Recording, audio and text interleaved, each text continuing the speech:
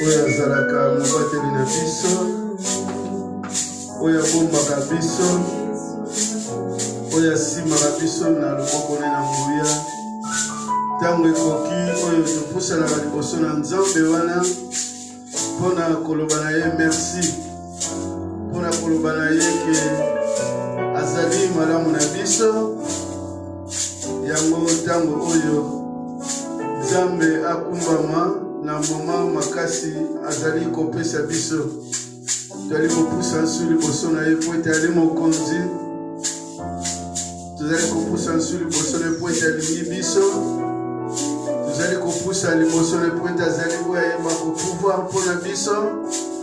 Aza Nzambe oyo aza malamu, aza Nzambe oyo akozalaka mpa koumelaka libela na libela. Yawe merci po ete toyebi ozali malamu mpona biso, po ete toyebi ozali Nzambe oyo ozali koankuraje vi na biso ntango nyonso. Tala ntina Yawe, biso mpe totiaka yo na première place ya vi na biso. Nkolo toyebi kozali mokonzi malamu, mokonzi ya baye nyonso Yawe oyo baloba kozali Nzambe na bango, ya baye nyonso Yawe oyo balingaka yo, ya baye nyonso Nkolo oyo Yawe babengaka yo mokonzi mpe mobikisi na bango. Yawe merci mpona moma oyo l'Éternel Dieu na pusani epai na yo Nkolo na bolingo, Nkolo na isengo. Yawe pesa nga makasi Yawe mpona kotenir programme oyo, pesa mpe ya baninga mina nga patience Yawe totenir moma oyo l'Éternel Dieu Yawe oyo ya koyeba koeleve monene na yo, ya koeleve kombo na yo Nzambe oyo bomwanaka te, oyo kozalaka malamu Yawe, Nzambe oyo bakoencourage vi na biso Yawe à travers la parole na yo Yawe. Quel que soit tokoki kokuta na ba circonstance ya chaque matin, ya chaque jour, mais Yawe ozali kofortifier motema na biso Yawe, ozali kotia l'Éternel Dieu bana na yo, peuple na yo, ba ange na yo tout autour de nous Yawe, mpona koencourager biso, mpona kosoutenir biso. Oza Nzambe oyo oza malamu, oza Nzambe oyo oza esengo, oza Nzambe oyo kibo Nzambe na Yawe jamais tokokokanisa yango na moto. Ozali oyebaka ebandeli ya journée na biso, ozali oyo oyebaka ebandeli l'Éternel Dieu ya kolamuka na biso mpe ya kolala na biso Yawe. Tala ntina Nkolo tomitikaka epai na yo na esengo, tokumbisaka yo na circonstance nyonso Yawe oyo ekoki kopenetre Yawe na vie na biso ya kwete détourne journée na biso Yawe yo yaka na baange no pene mpona kofortifie, mpona kosimba biso, mpona kopesa biso makasi. Haleluya. Merci po ete ozali Nzambe oyo lingi biso. Merci po ete Yawe tout autour de nous Yawe otiaka bato balingi biso, ba oyo Yawe Nkolo bamemaka biso na motema ya ba oyo balinga komona biso na mawa te. Yawe oza Nzambe. Tala ntina nakumbisaka kombo na nelevaka yo Nzambe oyo oyeba kobatela vie na ngai, oyeba kopouvoir na bomoi na biso. Oza Nzambe oyo oza malamu Yawe. Kumbama sanjolama Yawe, kumbama sanjolama mokonzi na nguya, mokonzi na kolonga, Nzambe na nkembo, Nzambo ya basanjoli nyonso, Nzambo totombolaka, Nzambo ozalaka esengo na biso, Nzambo ozalaka elikya na biso. Yawe merci. Mosusu akoka kopesa biso makasi, kopesa nga makasi Yawe aza te.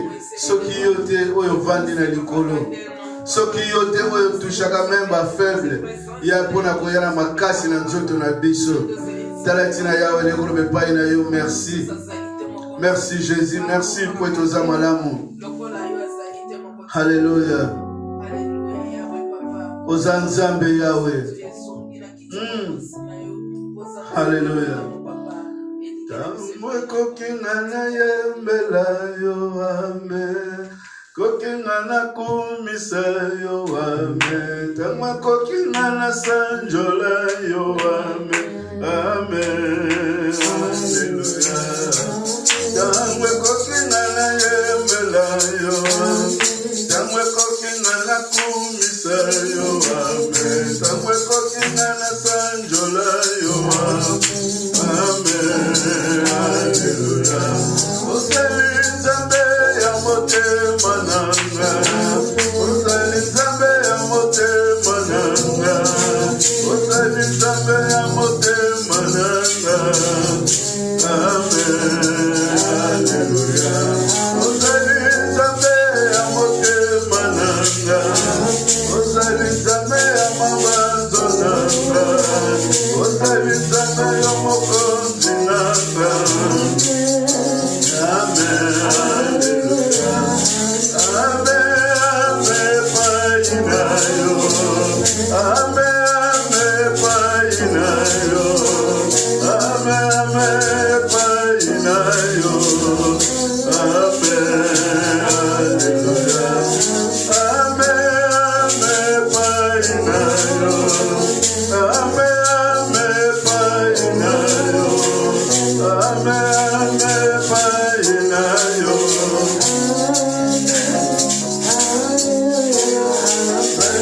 Nzambe ya motema nanga.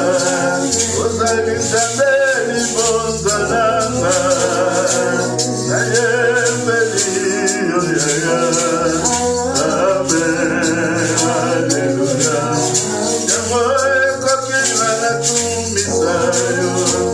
Yango ekokingana letola yo. Yango ekokingana kumisa yo. Amen. Alléluia. Amen. Yahweh, Yahweh salam. Yahweh salam olekena. Yahweh salam. Yahweh, Yahweh salam. Yahweh salam olekena. Yahweh salam olekena yo. Yahweh, Yahweh salam. Yahweh yo. Salam olekena. Yahweh salam olekena yo. Yahweh, Yahweh salam. Yahweh yo. Salam olekena. Yahweh salam olekena yo. Yahweh, Yahweh salam. Yahweh yo. Salam olekena. Oh Yahweh salam olekena yo. Yahweh, Yahweh salam. Yahweh yo. Yahweh salam olekena yo. Yahweh, Yahweh salam. Yahweh yo. Salam olekena. Oh yo salitenge kuwa. Yahweh salam. Yahweh yo. Salam olekena yo. Oui, mama otozali kopusana epai na Nzambe. Place ozali mpona koloba na ye merci.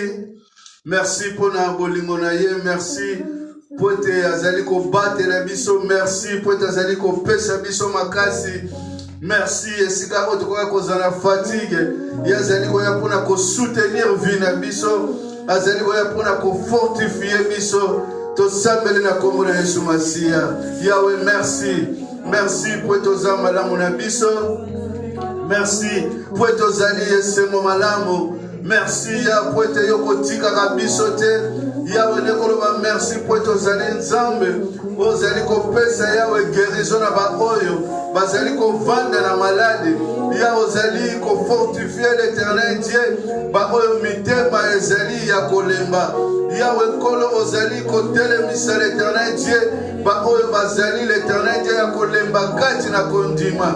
Yahweh ozali ko pesa moyen na ba oyo tongo etani ya bazali koyeba oyo bakoki kosala te. Oza nzambe oyo za malamu. Yahweh mosusu oyo akokaino azate.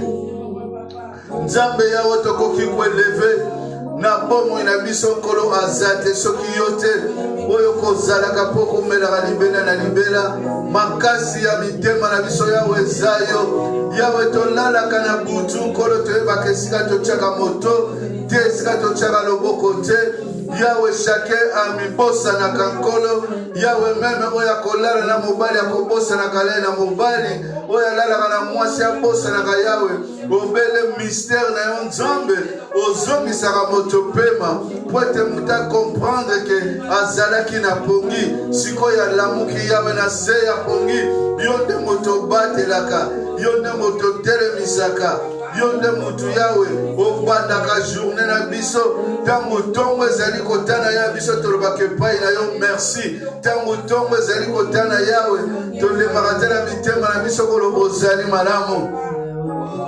Ya bongo moma oyo pesi biso moma oyo pesi ngai na baningami na ngai Yahweh topusa na liboso ya trone na yo Yahweh tu as eleve kombo na yo Yahweh tu as kosanjola yo Yahweh tu as koloba epai noza malamu Yahweh nzambe mosusu onkolonga na kweko kokanisa na yo azate Yahweh tongo etangi ezalaki tongo ya bafatigue ezalaki tongo l'Éternel ya batentation ezalaki tongo l'Éternel ya motumisi na motema kasi ozali nzambe Yahweh opesi kimia kati na mitema ya bana na yo opesi kimia kati na motema na ngai ozali nzambe oza malamu oza nzambe oyo kobongwanaka te oza nzambe Yahweh esika miso na biso etongwamaka oza nzambe Yahweh biso tokwelevaka ntango nyonso oza nzambe oyo biso tokotalela butu na moi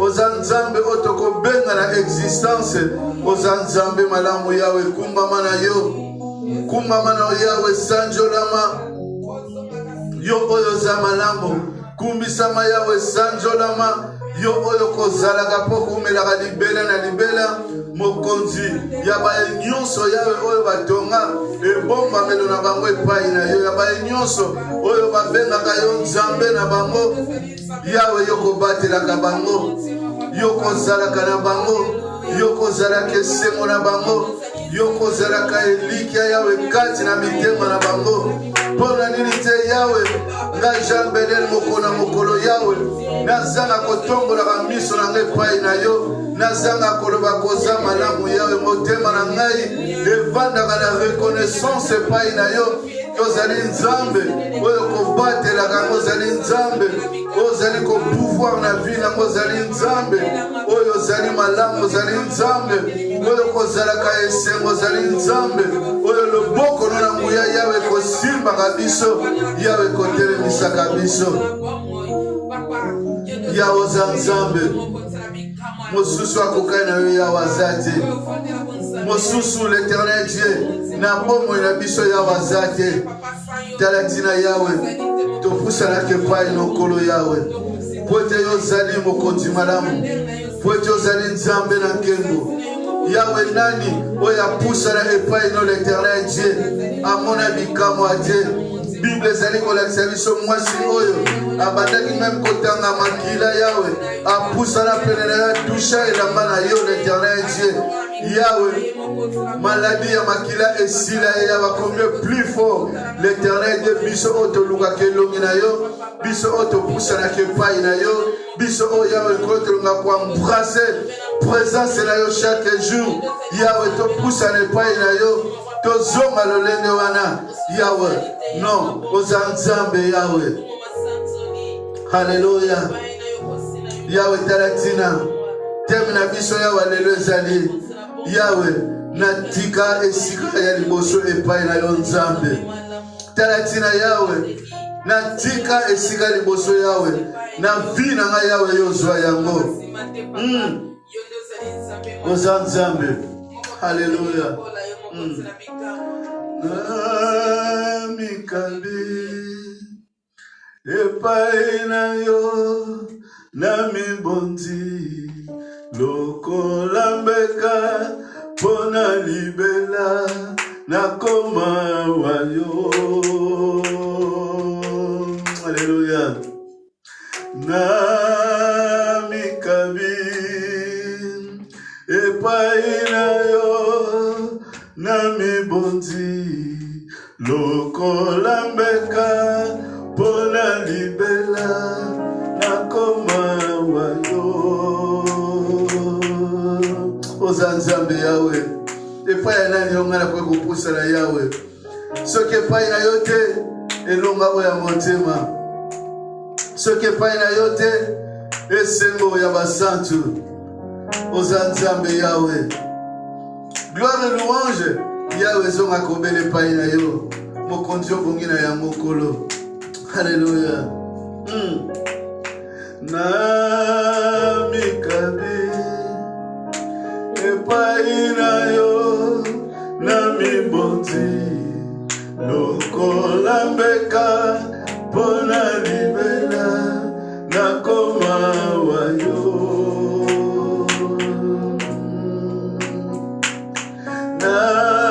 Namikabi epai na yo namibondi lokola mbeka pona libela nakoma wayo.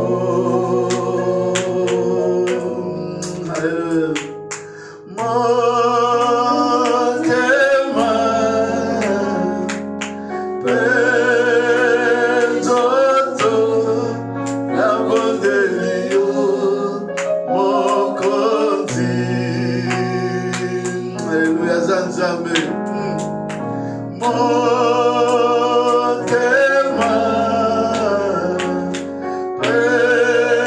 penzoto na bondelio mokonzi. Hallelujah. Na elike pekimya motema edoni neseko kakuzaye bananga wabo moinanga mikolo ya ibanga ya talo na yaya epai na yo azonga lolenge moko aina mona na lute. Place ozali yembananga adore lumona ngai nelike pekimya motema etoni neseko nazua bomoi nanga likolo ya libanga ya talo nana ya epai na yo azonga lolenge moko jibe amona na lute.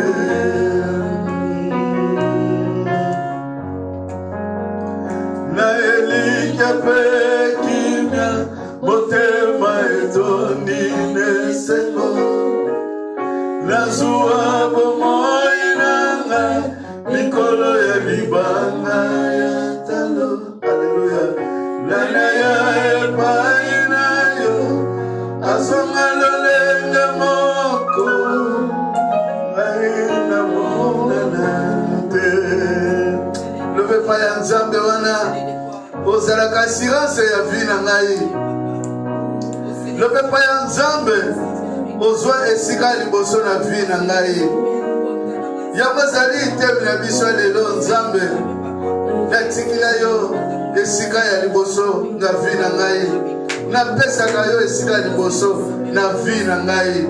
Alléluia. Yawe oza nzambe. Yawe ozwa esika liboso. Shema liboso ya vi na ngai Yawe. Yawe oza nzambe. Yawe mosusu azalaka te na bomoi na ngai. Nzambe mosusu Yawe aza te. Esengo Yawe ya motema na ngai ezala koyaka opesaka kimia na bomoi na ngai. Kimia oyo Yawe moto akoki kopesa te. Kimia oyo Yawe bato bapesaka te. Esengo oyo bato bapesaka te. Nzambe yo pesaka yango. Yawe meme tokutami na kati ya desert. Yawe yo yaka. Yaba oyo balukaka yo pusalaka kati na bango. Pene na bango pusalaka Yawe. Pona kosala ba geste ya amour. Ya pote mitema na bango esepela. Nzambo nani ayake pai na Yawe oyo tikaki. Yawe pourquoi lelo nous approchons de toi Seigneur. Car tu es notre Dieu. Car tu es notre Seigneur. Car tu es l'appui, l'éternel Dieu de nos vies. Yawe na sepelaka kopusa lepai na yo. Ya kwete nzambe mosusu na bomoi na nga. Azate. Alléluia. Mokolo Yawe na pona kopusa na kotourne longi na nga vers yo. Yawe yamba ngai tel que j'étais. Il t'avait choisi, Seigneur, de transformer ma vie, de former ma vie, d'enseigner ma vie. Et Seigneur, de me donner une nouvelle départ dans ma vie. Tu l'as fait, Seigneur. Tu as changé tout ce qui était à moi. Seigneur, tu avais fait de moi un homme nouveau. Alléluia. Pour que je puisse être cet homme qui s'approche de toi. Cet homme, quelles que soient les circonstances, il t'adore. Cet homme, quelles que soient les circonstances, il t'élève. Seigneur, tu as détourné ma vie avec la vie de ce monde. Seigneur, tu m'as fait un homme mis à part. Un homme qui craint ta parole. Un homme qui te craint. Un homme qui marche selon tes conseils. Tu m'as éloigné, Seigneur, au conseil de méchants. Voilà pourquoi quand je me réveille, parfois je dis, je n'ai pas une autre place pour aller. Je n'ai pas un ami que je dois aller visiter. Seigneur, tu m'as fait un homme nouveau. Tu m'as redonné la joie que je n'avais pas. Tu m'as donné la vie. Tu m'as donné la zèle, Seigneur, de ta parole, qui est semblable à toi. Seigneur, chacune de nous peut témoigner de sa vie. Comme moi je témoigne pour dire que nul n'était venu auprès de toi, qui était resté le même.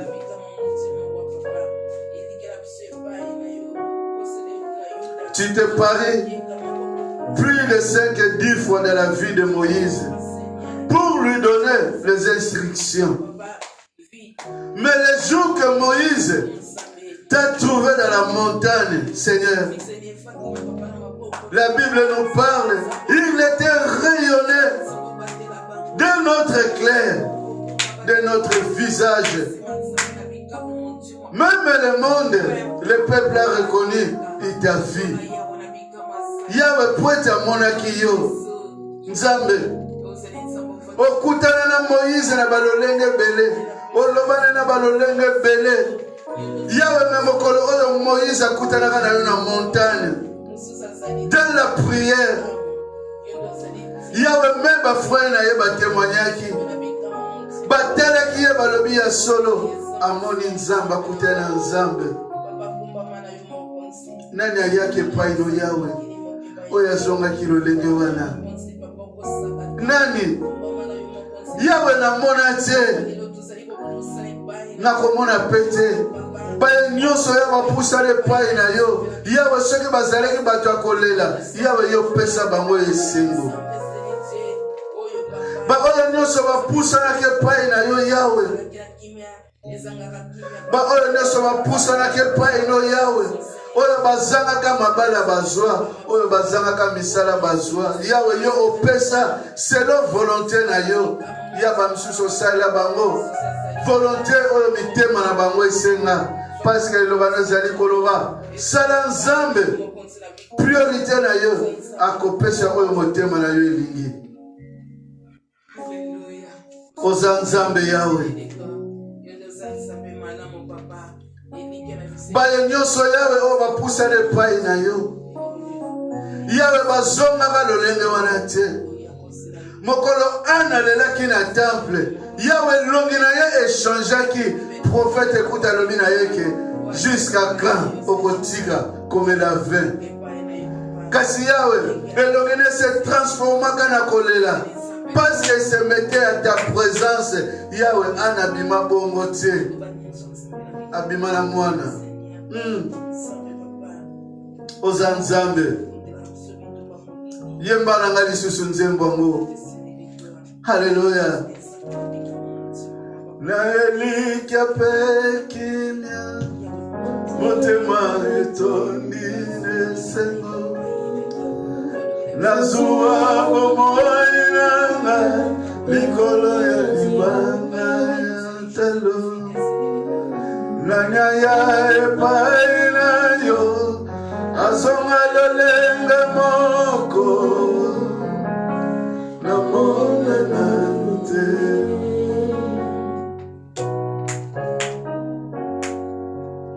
Na elikia pekimya. Motema etondine sengo. Nazua bomoinanga. Likolo ya libanga ya talo. Nanyaya epai na yo. Azonga lolenga moko. Jibe amona na lute.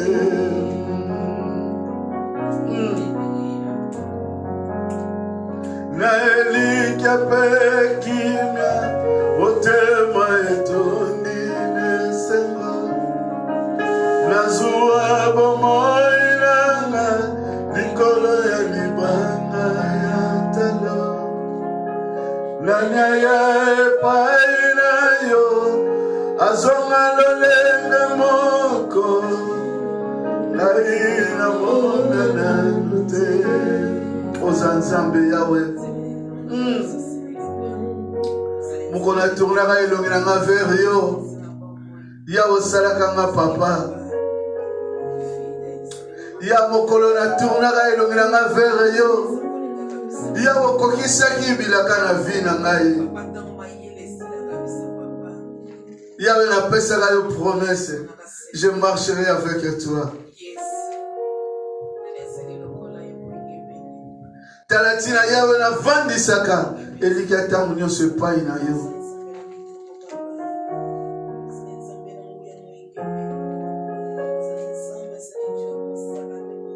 Yawe oza nzambe. Nzambe oyo salaka.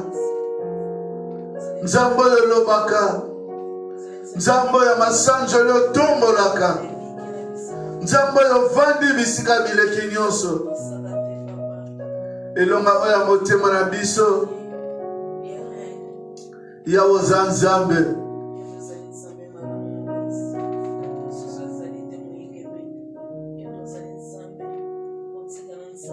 Yawe oza malamu.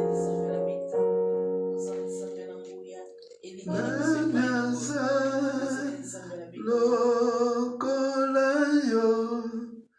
Nanya kosunga lokola yo. Misweto mami likolo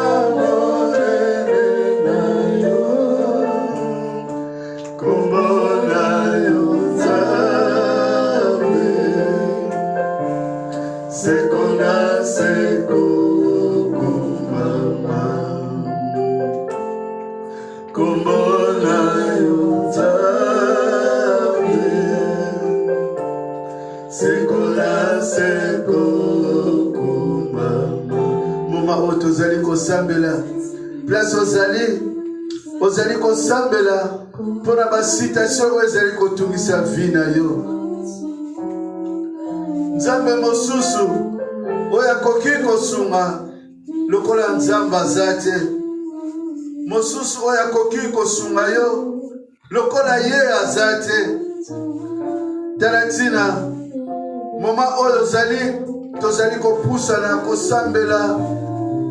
Ozali esika yo moko oza na ndaku ofukami ozali koloba oyo oza na yango posa lobepa ya nzambe mosungi mosusu aza te. Teme na biso lelo ezali napesa yo esika liboso na bomoi na ngai. Elakisi ke esika liboso nzambe azwa na bomoi no po ete otiaka elike epai na ye. Na yango moma oyo ozali koloba liboso ya nzambe esika ozali kosenga epai na nzambe wana ozali kotangela ye makambo na yo esika oyo moto azoyoka te oza yo moko.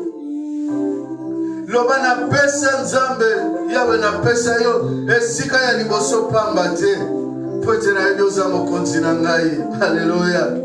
Pote na yebi ozali nzambe oyo salaka. Otanga ozala diplôme. Te musu lelo ezali ko servir yo lelo komoko te.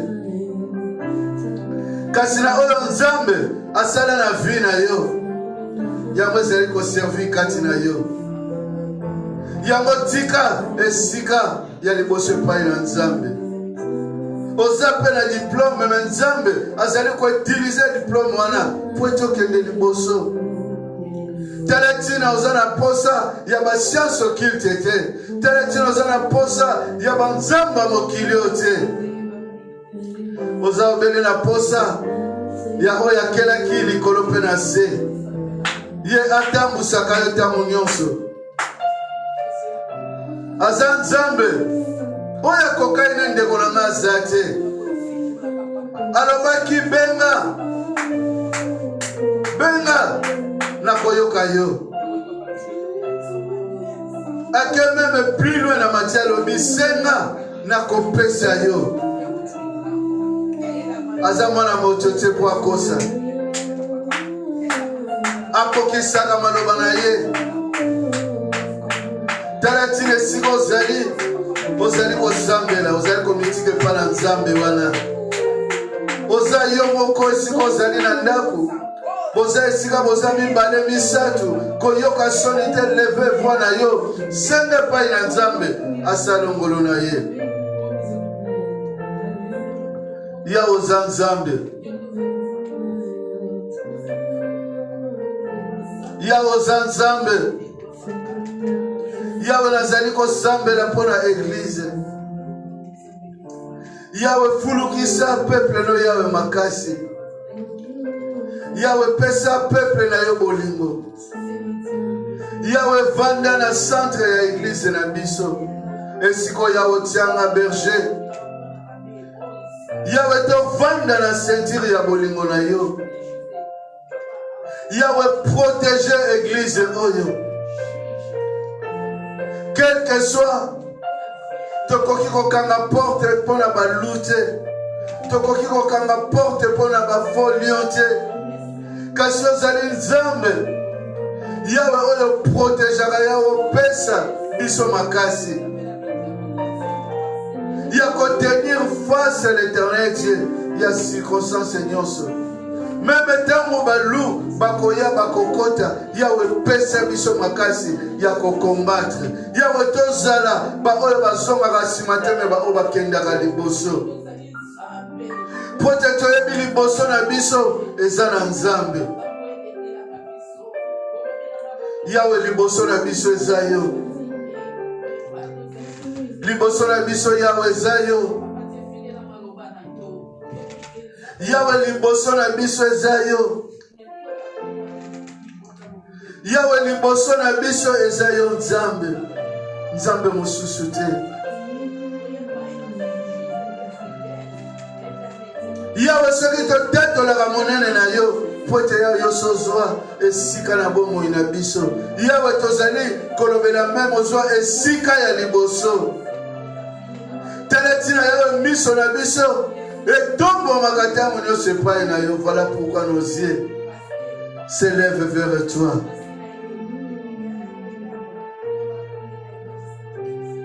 Oza nzambe yawe. Nakoka nisona nani? Elonga malamu nakoka nisona nani? Nabenga nani na existence yawe? Yo nde mutu ozali koexiste na bomoi na biso. Ozali kobatela biso yawe devant tous les tempêtes de la vie. Ozali koprotéger, ozali kobomba. Yawe oza nzambe oyo oza malamu. Yawe sala kati na église na yo. Yawe bomba biso yawe kati na makila na yo. Yawe ba oyo bazana ba voyage yawe tika te yo continue ko protéger yo oyebaki ko kende na bango yo ozale même ozali ko yeba ko zonga na bango. Miso na biso yawe eza fixe pa ino ya poche to yebi. Ozali ko protéger biso quel que soit ya bazali ko bana biso que troisième vague ezali ko ya ba éviter yango yawe nebike yo ko simba peuple na yo. Yoko simba bana na nzambe. Yawe yoko continue ko couvrir biso. Yawe yoko continue ko bomba biso. Yoko yoza malamu. Oya kokaino azate yawe église no na maboko na yo. Kolo ya église zayo. Yawe yo lobaki. Oya ko bâtir sans que yo bâtir. A ko bâtir en vain. Yawe yo lobaki oya ko bâtir sans que yo bâtir ya ko bâtir en vain. Celui qui veille, Seigneur, sans toi, il veillera en vain. Mais yawe tolingi ozala ntango nyonso na centre ya bomoi na biso yawe. Tala tina nkolo tolembaka te. Tala tina yawe chaque jour obakisaka biso makasi lokolo obakisaka makasi ya aigle. Yawe tango enemi alingi apusa na yawe yo mataka biso su likolo.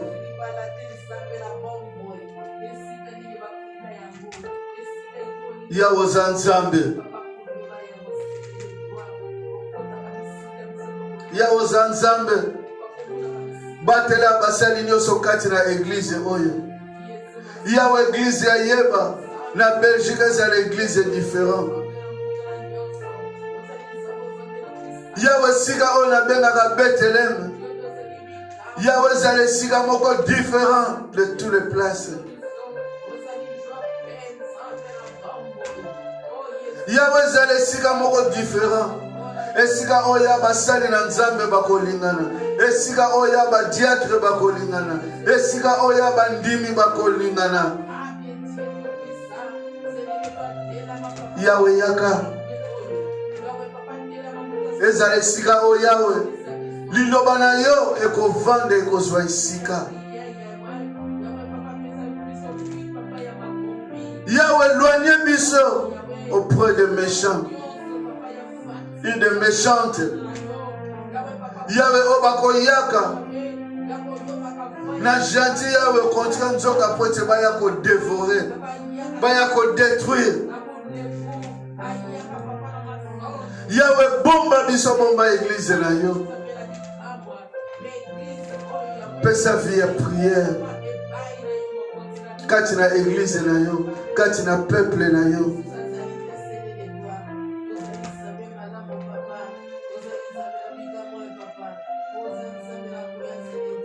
Mosusu akoka eno masi azate.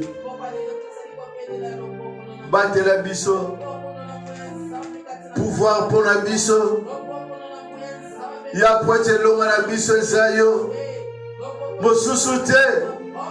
Oya yaki akufa kile kulusu ya pour la église. Église oya yo promettait que ya ko enlever. Yahweh batela. Batela. Poete mosusu akoki ko batela Yahweh azati.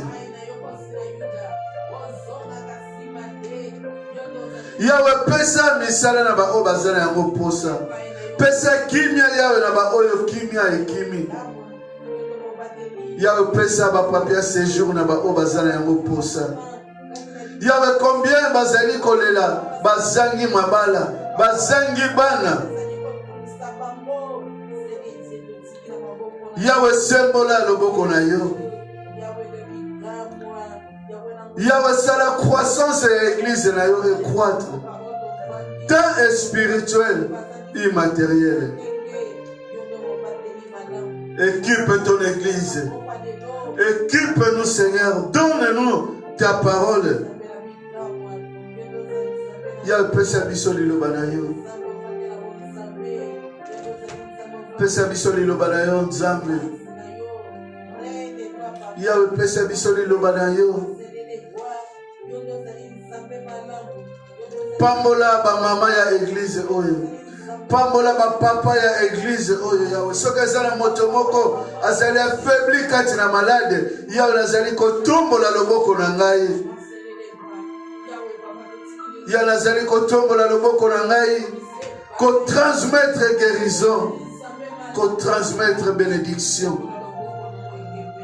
Et pas ya bana na nzambe Yahweh. Alléluia. Ozanzambe. Alléluia.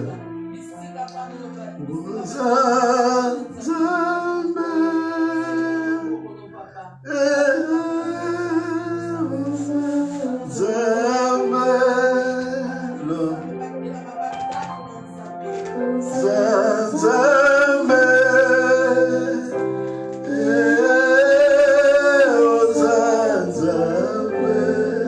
Alléluia. Shiloh. Ozanzambe. Alpha Omega. Natombola nani Yahweh. Nabelela nani. Nasambela nzambe nini. Nabomo na Yahweh soki yote. Yabe pale ozali na ngai ozanzambe. Alléluia. Ozanzambe.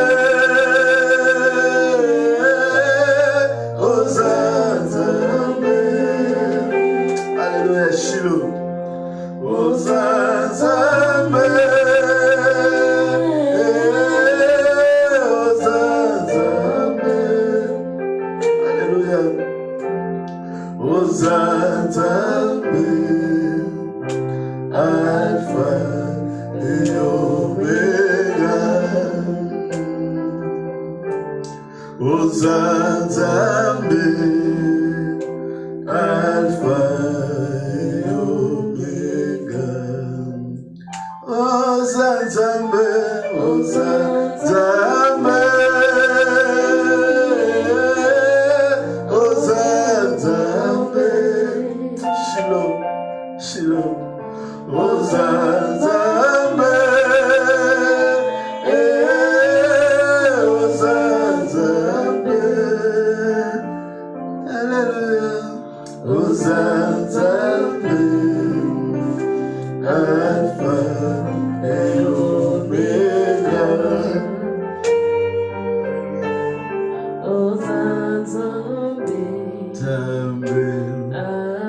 Alpha and Omega.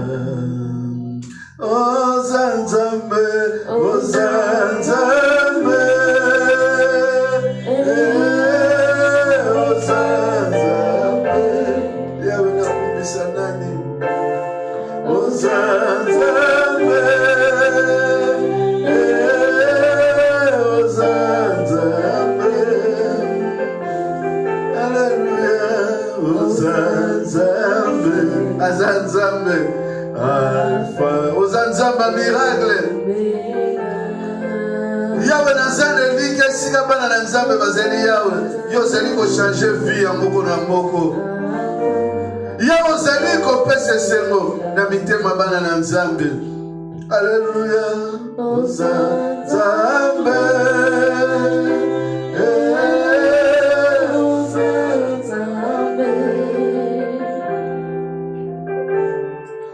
Ozanzambe, Ozanzambe, Hallelujah, Ozanzambe, Alpha et Omega, Ozanzambe, Alpha. Ozanzambe, Ozanzambe, Ozanzambe, Ozanzambe, Ozanzambe,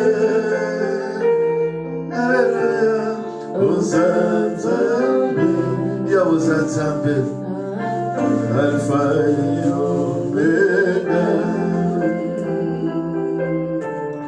Ozanzambe, Alpha et Omega. Alléluia.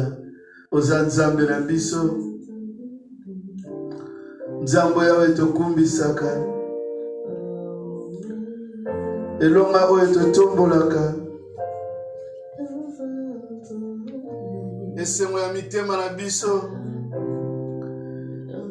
yawe ezalaka ndeyo tokoka liso na nani elonga. Merci Jésus, merci pour la bolamu na yo, merci pour toza malamu yawe. Merci. Batela yawe mama na biso tolobaka exhortation. Yawe tolobaka muke. Menebi ke yozali nzambe. Oyo lobaka koleka batu nyonso. Nebi ke molimo na yo. Yawe kosunga. Liloba oyo kolo evanda na mitema ya peuple na yo. Yo oyo zamalamu. Yo oyo bongolaka te, yo oyo zalaka esengo na biso, na yepa na yo. Molimo no yawe yameloba kati na biso, po toza malamu. Na kombo na Yesu Masia, amen. Alléluia. Tozwi ba Bible na biso, bino boza na ligne, boza deja na chapitre tokotanga na 1 Chronique 28 20. 1 Chronique 28 20.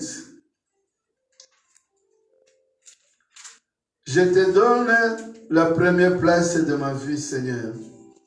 Yahweh na pese yo motema na ngai, esika liboso na motema na ngai.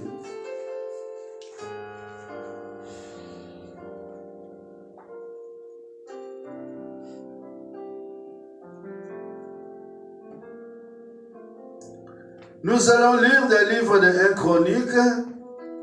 1 Chronique 28 à 20. C'est encore des paroles d'encouragement.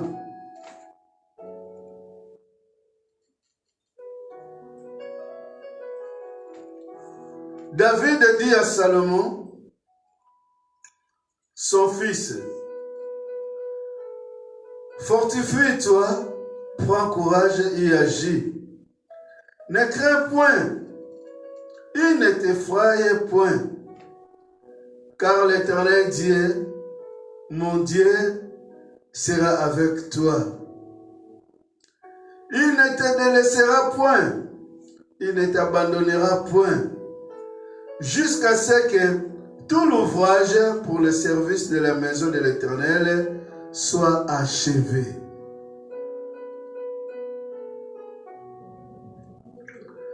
« 21, tu vois qu'autant nous appelle intéressant. Voici les classes des sacrificateurs et les lévites pour tous les services de la maison de Dieu.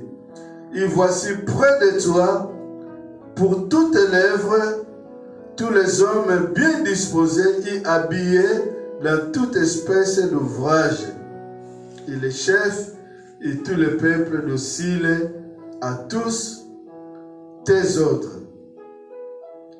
Mais ce qui nous intéresse, ou est-ce que nous intéresse, Bisso, c'est simplement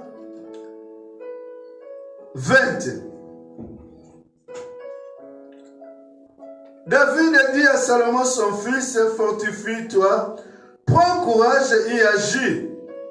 Ne crains point, il ne t'effraie point, car l'Éternel Dieu, mon Dieu, sera avec toi. On continue na souka. Et ça, ma parole, d'encouragement. Le thème, Natche Ezali, Seigneur, je te donne la première place dans ma vie.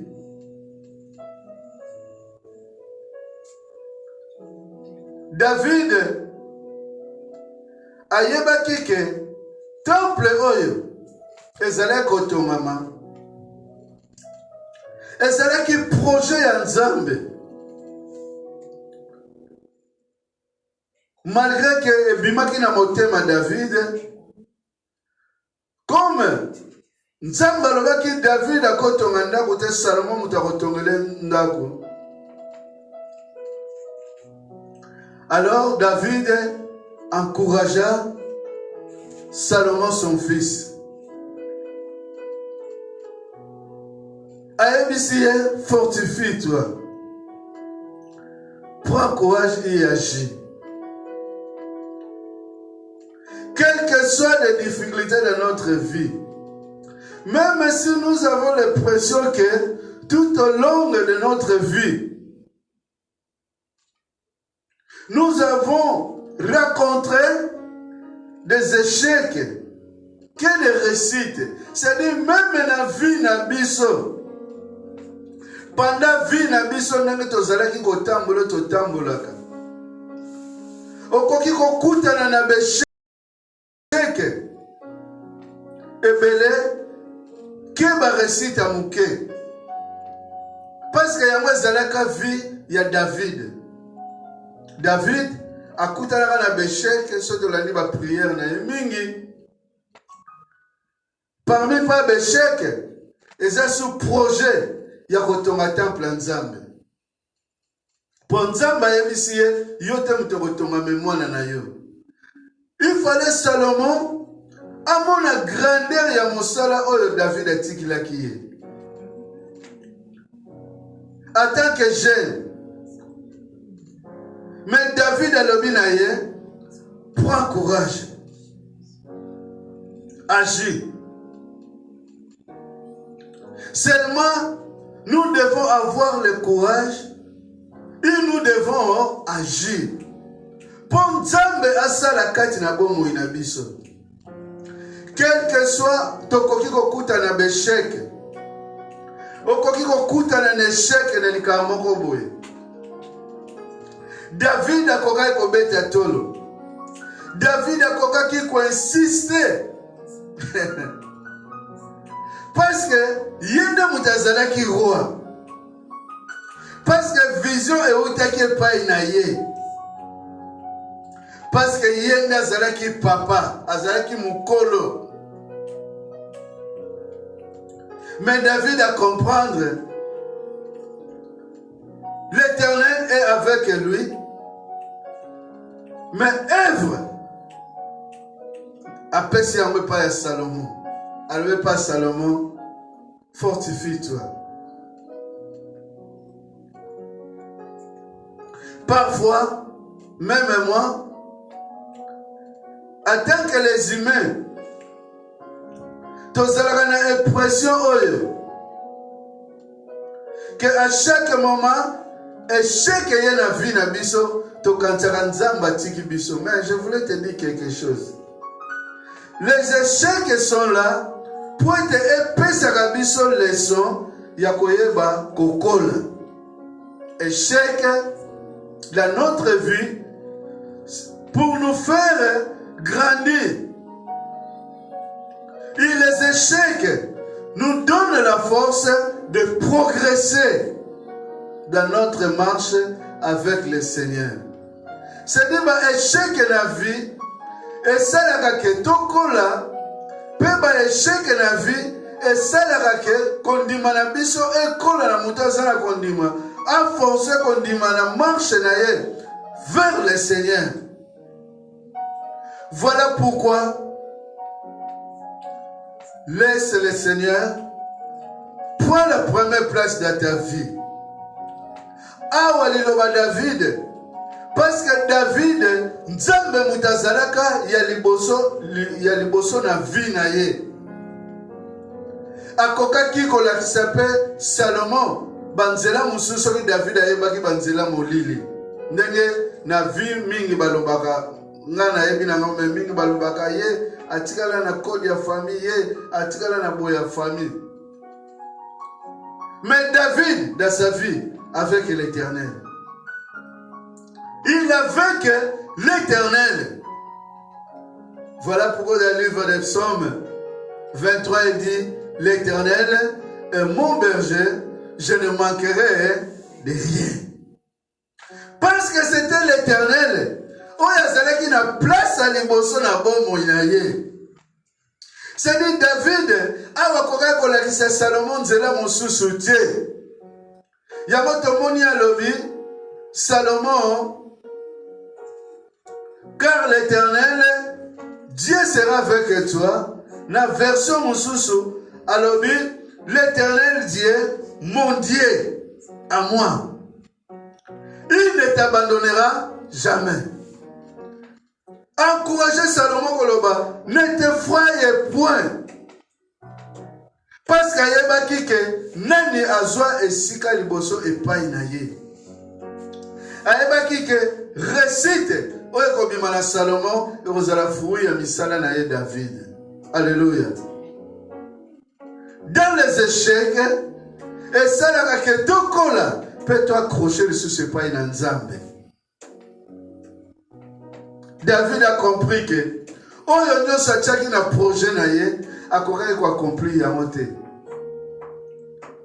Mais avant atiaki kondima ntango nyonso epai na Nzambe, atiaki Nzambe toujours liboso na ye. Voilà pourquoi Nzambe mosusu oyo akokaki koloba epai ya Salomon, mon Dieu azalaki te, obele celui qui a créé les cieux et la terre. Nzambe ya puissance ya Yesu Masia. Dans la vie, Dieu permet les échecs. À travers les échecs, Dieu nous enseigne.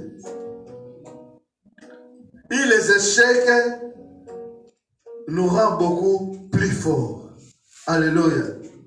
Na beshek, Nzambe apesaka biso makasi. Na beshek, Nzamba yekolisaka biso. Pe na besheke Nzambe asalaka ke tokoma lisusu makasi et puis toi avancer. C'est-à-dire toi forger. Tu peux échouer aujourd'hui. Ne sois pas un homme ou une femme qui abandonne facilement. Sois un homme ou une femme qui se bat. Parce que les échecs t'enseignent. Et les échecs te donnent la force de s'accrocher à Dieu. Comme David. David, il n'avait pas d'autre chose.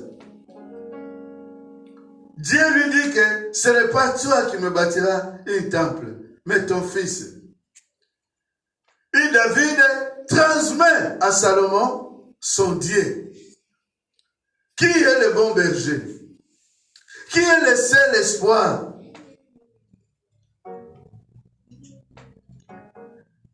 Il donne la force ou l'encouragement à Salomon pour lui dire que ne t'effraie point.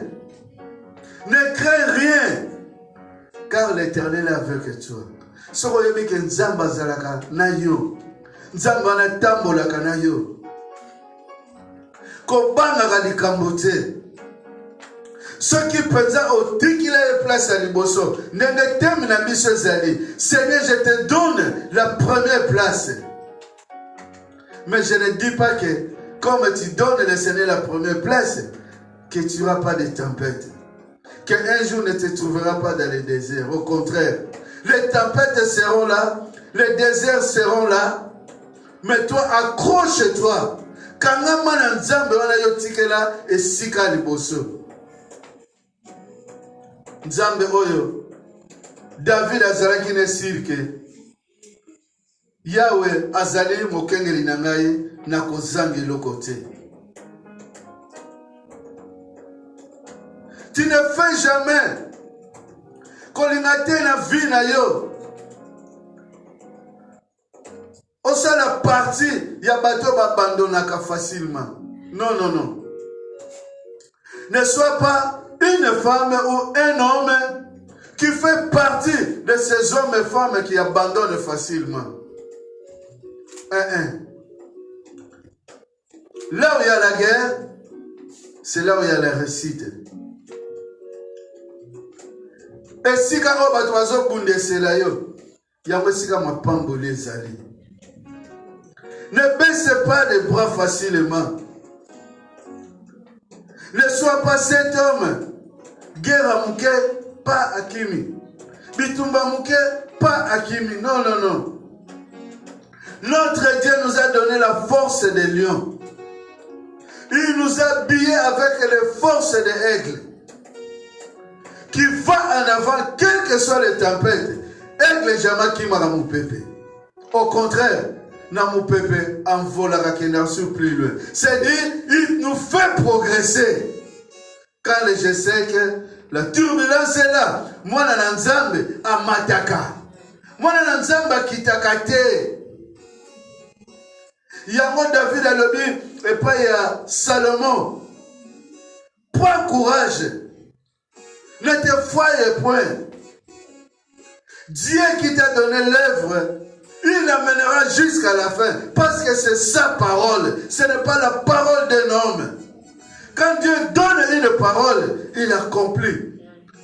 Il sait que tu auras des combats. Il sait que tu auras des guerres. Il sait que les gens te haïront. Il sait que parfois les gens t'abandonneront. Mais toi, tu sais à qui tu crois. Qui t'a appelé. Qui t'a confié le ministère. Alors accroche-toi. Car Dieu t'amènera jusqu'à la destinée.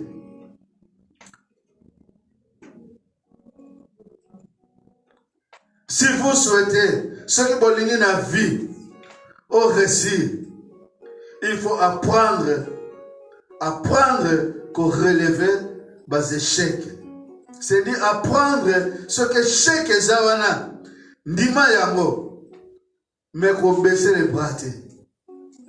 Continue.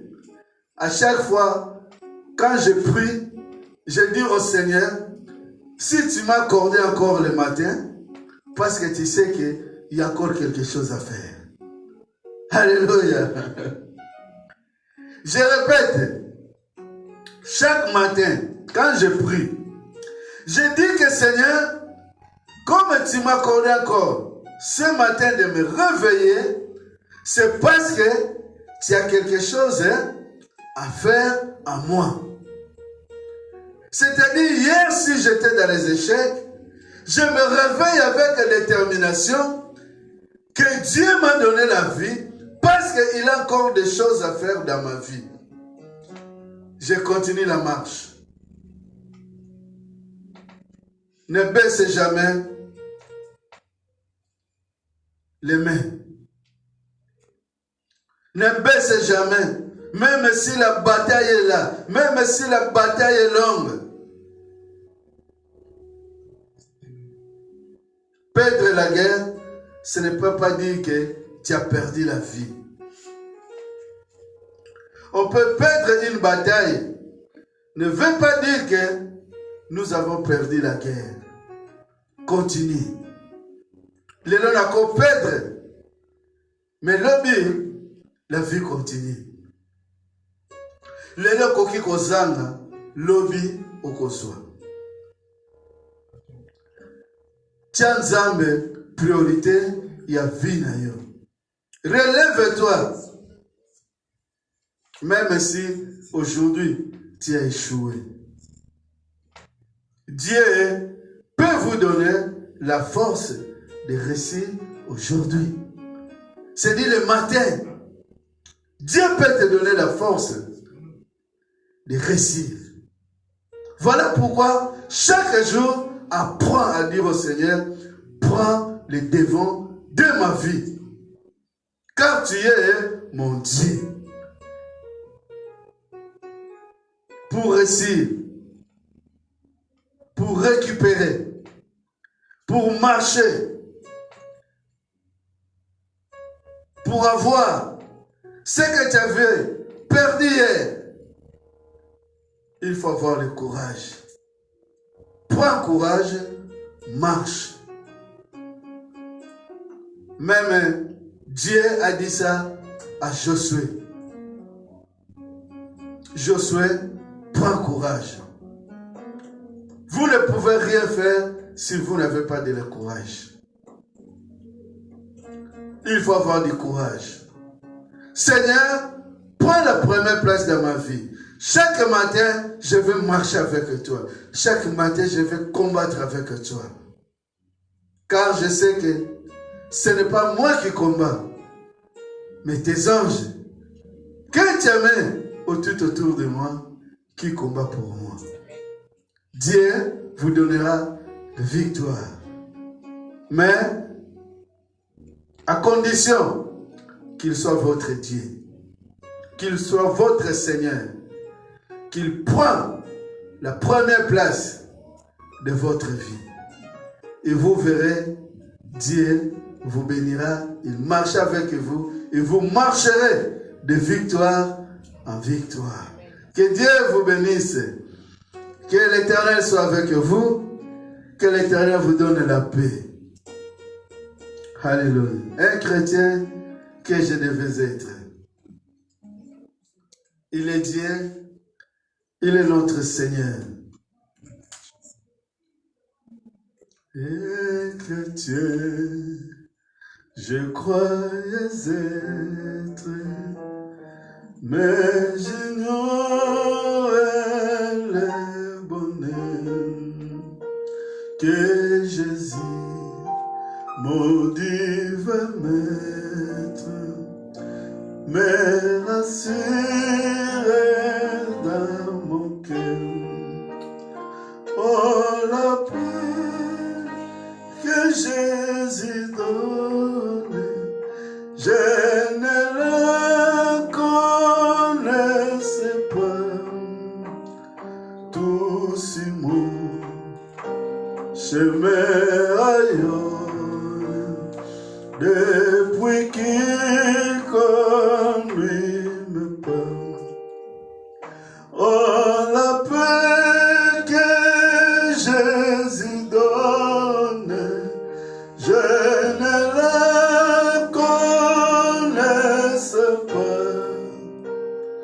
doucement, chemin rayonne, depuis qu'il conduit mes pas. Oh, la paix que Jésus donne, je ne le connaissais pas. Doucement, chemin rayonne, depuis qu'il conduit mes pas. Doucement, chemin rayonne, depuis qu'il conduit mes pas. Seigneur, tu es dans la première place de ma vie. Seigneur, voilà pourquoi tu fais tout rayonner dans ma vie. Voilà pourquoi, Seigneur, je m'accroche à toi. Voilà pourquoi mes frères et sœurs s'accrochent à toi. Voilà pourquoi mes mamans, mes papas s'accrochent à toi. Fais la grâce. Combat avec nous. Seigneur, nous te laissons de première place et nous t'appelons comme David a dit, mon Dieu,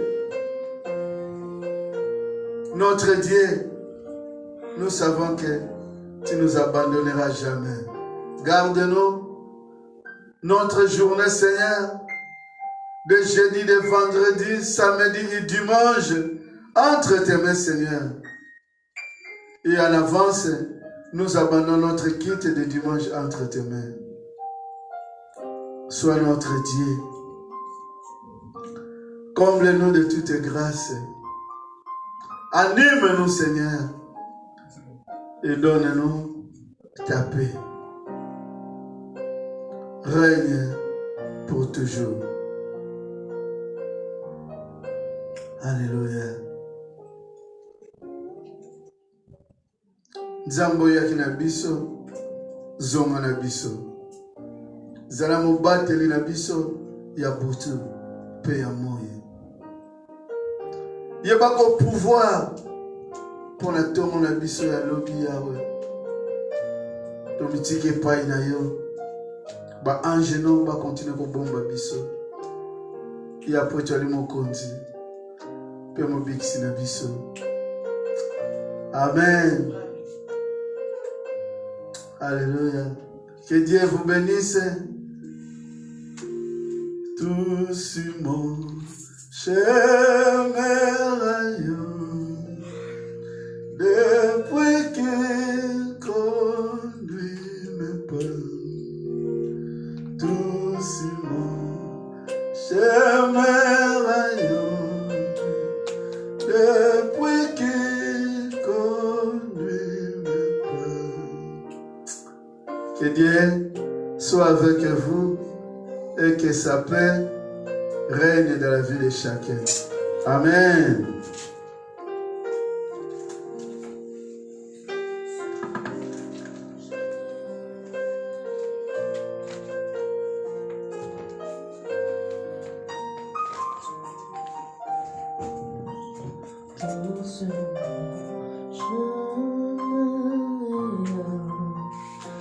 Depuis